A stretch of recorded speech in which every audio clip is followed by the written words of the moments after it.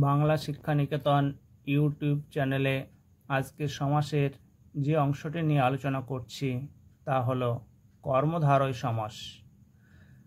প্রথমে আমরা দেখব কর্মধারয় সমাসের অর্থটি বা কর্মধারয় সমাসের ব্যাসবাক্য কী হবে। কর্মধারয় সমাসের ব্যাসবাক্য হচ্ছে যে করে সেই ধারণ করে। এটি কোন সমাস? এটি কর্মধারয় সমাস। কর্মধারয় সমাস কাকে বলে? যে সমাসের পুরোপদে বিশেষ্য, পরপদ বিশেষ্য, পুরোপদ বিশেষণ, পরপদ বিশেষণ বা পুরোপদ বিশেষ্য, পরপদ বিশেষণ বা পুরোপদ বিশেষণ, পরপদ বিশেষ্য থাকবে। আর পরপদের এই যে পরপদের অর্থ প্রাধান্য পাবে তাকে বলা হয় কর্মধারয় সমাস। অর্থাৎ পূর্বপদ বিশেষ্য ও বিশেষণের মধ্যে যে কোনো একটা থাকবে, পরপদে বিশেষ্য বিশেষণের মধ্যে যে কোনো একটা থাকবে এবং পরপদে যেটা থাকবে বিশেষ্য থাকলে বিশেষ্য অর্থ প্রাধান্য পাবে, বিশেষণ থাকলে বিশেষণ অর্থ প্রাধান্য পাবে, তাকে আমরা বলবো কর্মধারয় সমাস। উদাহরণ হিসেবে আমরা বলতে পারি নীল যে অম্বর, নীলাম্বর। এখানে দেখো নীল, নীল হচ্ছে বিশেষণ, অম্বর হচ্ছে বিশেষ্য। নীল আর অম্বর যোগ হয়ে হয়েছে নীলাম্বর, সমাসবদ্ধ পদ হয়েছে নীলাম্বর। এটা কোন সমাস? কর্মধারয় সমাস। এবার কর্মধারয় সমাসকে পাঁচটি ভাগে ভাগ করা যায়। কর্মধারয় সমাসকে পাঁচটি ভাগে ভাগ করা যায়। কি কি? সাধারণ কর্মধারায়, মধ্যপদলোপী কর্মধারায়, তারপরে উপমান কর্মধারায়, উপমিত কর্মধারয়, রূপক কর্মধারয় সমাস। সাধারণ কর্মধারয় সমাস আর কর্মধারয় সমাসের সংজ্ঞাটি প্রায় একই। এখানে মনে রাখবে যে সাধারণ কর্মধারয় সমাসে যদি ব্যাসবাক্য করতে হয় তাহলে ব্যাসবাক্যে যিনি, তিনি, যে, সে, অথচ, যা, তাই ইত্যাদি সাপেক্ষ সর্বনামগুলো যোগ করতে হবে।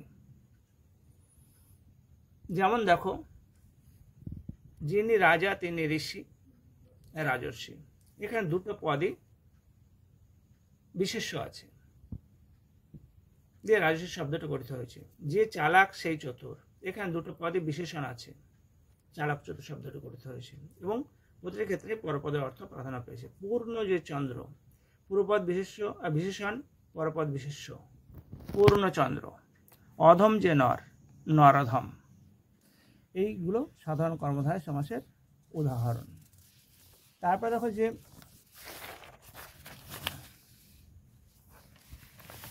মধ্যপদলোপী কর্মধারয় সমাস। মধ্যপদলোপী কর্মধারয় সমাস যে সমাসে ব্যাসবাক্যের বা বলতে পারি যে কর্মধারয় সমাসের ব্যাসবাক্যের মধ্যস্থিত পদ বা ব্যাখ্যানমূলক পদটি লুপ্ত হয়ে যাবে তাকে বলা হচ্ছে মধ্যপদলোপী কর্মধারয় সমাস। যেমন সিংহ চিহ্নিত আসন, সিংহাসন। এখানে দেখো যে চিহ্নিত মাঝের যে পদটি সেটা লুপ্ত হয়ে গেছে, সেজন্য এটা হয়েছে মধ্যপদলোপী কর্মধারয় সমাস। পল মিশ্রিত অন্ন, পলান্ন। পল মানে কি? মাংস। মাংস মিশ্রিত অন্ন, পলান্ন।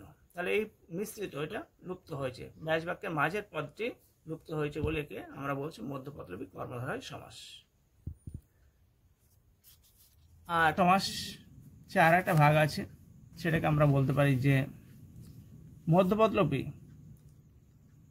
মানে সংখ্যামূলক, সংখ্যাবাচক, সংখ্যামূলক না, সংখ্যাবাচক মধ্যপদলোপী কর্মধারয় সমাস। এখানে দেখো যে 1 + 10 একাদশ, শর্ট অধিক 10, এই অধিক দিয়ে সাধারণত ব্যাসবাক্যটা হয়েছে এবং এগুলো এই যে 10 হচ্ছে সংখ্যাবাচক শব্দ, এখানে এদের প্রত্যেকটি সংখ্যাবাচক শব্দ থাকায় বলছি এদের পরপদটি, এদের পরপদটি, এই যে পরপদ, এই যে পরপদ, এই পরপদটি সংখ্যাবাচক হয়, এগুলিকে সংখ্যাবাচক মধ্যপদলোপী বলা হয়। কারণ অধিক, এই অধিকটা লুপ্ত হয়েছে, এই অধিকটা লুপ্ত হয়েছে দিয়ে অষ্ট আর 10 যুক্ত হয়ে অষ্টাদশ শব্দটি গঠিত হয়েছে। তাই এদের যেহেতু পরের পদটি সংখ্যাবাচক, তাই এদেরকে বলা হচ্ছে সংখ্যাবাচক মধ্যপদলোপী কর্মধারয় সমাস। তারপরে দেখো মধ্যপদলোপী কর্মধারয় সমাসের পরে যে সমাসটি নিয়ে আলোচনা করব তা হলো উপমান কর্মধারয় সমাস। উপমান কর্মধারয় সমাস, এই যে উপমান কর্মধারয় সমাস, উপমান বলতে আমাদের কি বোঝায়? তুলনা বোঝায়। উপমা বলতে আমাদের তুলনা বোঝায় বা উপমামূলক কর্মধারয় সমাস। উপমামূলক কর্মধারয় সমাস আলোচনা আগে আমাদের যে জিনিসটা জানতে হবে তা হচ্ছে এই যে উপমা, উপমা বলতে কি বোঝায়? তুলনা বোঝায়। কার সঙ্গে? কোনো কিছুর দোষ, গুণ, বৈশিষ্ট্য প্রভৃতির সঙ্গে অন্য কোনো কিছুর তুলনা বা সাদৃশ্য কল্পনা করাকে উপমা বলা হয়। যেমন ধরো, চাঁদ মুখ, চাঁদের ন্যায় মুখ, চাঁদ মুখ, চাঁদের ন্যায় মুখ, তা চাঁদের সঙ্গে মুখের তুলনা করা হয়েছে। এটা হচ্ছে উপমামূলক কর্মধারয়। এখন আমাদেরকে জানতে হবে যে এই উপমামূলক কর্মধারয় সমাসের এই উপমার 4টে অঙ্গ আছে। উপমার 4টে অঙ্গ আছে। কি কি? একটা হচ্ছে উপমান, একটা হচ্ছে উপমেয়, একটা হচ্ছে সাধারণ ধর্ম, একটা হচ্ছে তুলনাবাচক শব্দ। সাধারণ ধর্ম, তুলনাবাচক শব্দ। উপমান কাকে বলে তার আগে জানতে হবে যে উপমান কাকে বলে। যার সঙ্গে তুলনা করা হয় তাকে বলা হয় উপমান। মানে যার সঙ্গে তুলনা করা হবে তাকে বলা হয় উপমান, আর যাকে তুলনা করা হবে সে হবে উপমেয়। আর উপমান এবং উপমেয় উভয়ই থাকবে যে গুণ বা বৈশিষ্ট্য, তাকে আমরা বলি সাধারণ ধর্ম। আর যে শব্দের সাহায্যে তুলনা করা হয় তাকে বলা হয় তুলনাবাচক শব্দ। তাহলে দেখো যে উপমান, উপমেয়, সাধারণ ধর্ম, তুলনাবাচক শব্দ। এখানে দেখো যে চাঁদের মতো সুন্দর মুখ, চাঁদের মতো সুন্দর মুখ, তাহলে এখানে কাকে তুলনা করা হচ্ছে? মুখকে তুলনা করা হচ্ছে। তাহলে যাকে তুলনা করা হবে সে হচ্ছে উপমেয়, মুখ হচ্ছে উপমেয়। কার সঙ্গে তুলনা করা হচ্ছে? চাঁদের সঙ্গে তুলনা করা হচ্ছে। চাঁদ উপমান। মতো হচ্ছে তুলনাবাচক শব্দ, আর সুন্দর হচ্ছে চাঁদ সুন্দর, মুখ সুন্দর, সেই জন্য সাধারণ ধর্ম। সাধারণ ধর্ম ইংরেজিতে আমরা যেটা বলে কমন। অঙ্ক করার সময় তোমাদের যদি এরকম থাকে 5x + 10 হয়, তাহলে কি হবে? 5টা x এর মধ্যেও আছে, y এর মধ্যেও আছে, তাহলে 5 কমন নিলে x + 2y এরকম হয়। তাহলে এই যে সুন্দর গুণটা মুখ এবং চাঁদ উভয়ের মধ্যে আছে, সেই জন্য এটা সাধারণ ধর্ম। তারপরে দেখো যে উপমান কর্মধারয় সমাস। তা উপমূলক কর্মধারয় সমাসের অঙ্গ, উপমার অঙ্গ 4টে বললাম, তারপরে উপমান কর্মধারয় সমাস। উপমান কর্মধারয় সমাস কাকে বলে? এখান থেকে এই যে শেষের দিক থেকে আমি সংজ্ঞাটা নির্ণয় করব কি? যে কর্মধারয় সমাসে উপমান থাকবে, আর সাধারণ ধর্ম থাকবে, কিন্তু উপমেয় থাকবে না, তাকে বলা হয় উপমান কর্মধারয় সমাস। যেমন ধরো উপমান কর্মধারয় সমাসে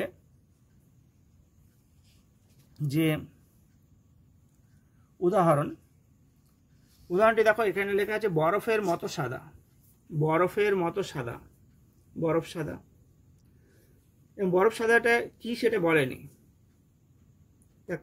কার সঙ্গে তুলনা করা হচ্ছে? বরফের সঙ্গে তুলনা করা হচ্ছে।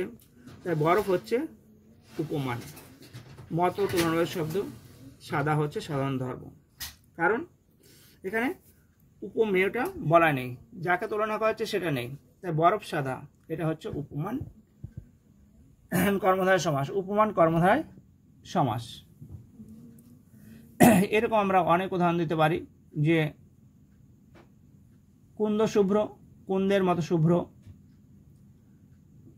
রক্ত জবা, রক্তের মতো জবা, বা রক্তের মতো লাল জবা ইত্যাদি। তারপরে দেখো যে উপমিত কর্মধারয় সমাস। উপমিত কর্মধারয় সমাস কাকে বলে? যে কর্মধারয় সমাসে উপমান থাকবে, উপমেয় থাকবে, কিন্তু সাধারণ ধর্ম থাকবে না, তাকে বলা হয় উপমিত কর্মধারয় সমাস। যেমন চাঁদের ন্যায় মুখ, চাঁদ মুখ, এখানে মুখকে তুলনা করা হচ্ছে, তাই মুখ হচ্ছে উপমেয়, আর চাঁদ হচ্ছে উপমান, তাই চাঁদ মুখ এই যে সমাসটি হলো, এখানে হচ্ছে উপমিত কর্মধারয় সমাস। এখানে দেখো পুরুষ সিংহের ন্যায়, পুরুষ সিংহ, তার কাকে তুলনা করা হচ্ছে? পুরুষকে তুলনা করা হচ্ছে, তাই পুরুষ হচ্ছে উপমেয়। কার সঙ্গে তুলনা করা হচ্ছে? সিংহটির সঙ্গে তুলনা করা হচ্ছে, সিংহ হচ্ছে উপমান, আর ন্যায় হচ্ছে তুলনাবিক শব্দ। তাহলে দেখো উপমান, এই উপমেয়, উপমান আর তুলনাবিক শব্দ আছে, সেই জন্য এটি হচ্ছে যে উপমামূলক, উপমিত কর্মধারায়, উপমিত কর্মধারায় সমাস। তারপরে সমাসটা দেখো যে রূপক কর্মধারায়, রূপক কর্মধারয় সমাস। রূপক কর্মধারয় সমাস কাকে বলে? যে কর্মধারয় সমাসে উপমান এবং উপমেয় উভয়ের মধ্যে কি করা হবে? অভেদ কল্পনা করা হবে, অভেদ কল্পনা করা হবে, তাকে বলা হয় রূপক কর্মধারয় সমাস। যে কর্মধারয় সমাসে উপমান এবং উপমেয় উভয়ের মধ্যে অভেদ কল্পনা করা হবে, তাকে বলা হয় রূপক কর্মধারয় সমাস। এবং করুণা রূপ সিন্ধু, আর এখানে মনে রাখবে ব্যাস বাক্য, ব্যাস বাক্যে রূপ শব্দটি সাধারণত ব্যবহার করতে হয়। করুণা রূপ সিন্ধু, করুণা সিন্ধু। তারপরে দেখো যে আরও অনেক উদাহরণ দেওয়া যায় রূপক কর্মধারায়, যে ক্রোধ রূপ অনল, ক্রোধানল, জ্ঞান রূপ সাগর, জ্ঞান সাগর, শোক রূপ সাগর, শোক সাগর, ইত্যাদি ইত্যাদি। এখন মনে রাখবে যে আরেকটা জিনিস আসে পরীক্ষা খুব, উপমান এবং উপমিত কর্মধারের মধ্যে পার্থক্য। মনে রাখবো যে উপমান কর্মধারে আমরা কি দেখলাম যে উপমান থাকে আর সাধারণ ধর্ম থাকে। উপমিত কর্মধারে উপমান এবং উপমেয় উভয় থাকে, কিন্তু সাধারণ ধর্ম থাকে না। এখানে উপমান কর্মধারে উপমেয় থাকে না আর সাধারণ ধর্ম থাকে। এই গেল তোমার কর্মধারয় সমাসের সংক্ষিপ্ত আলোচনা।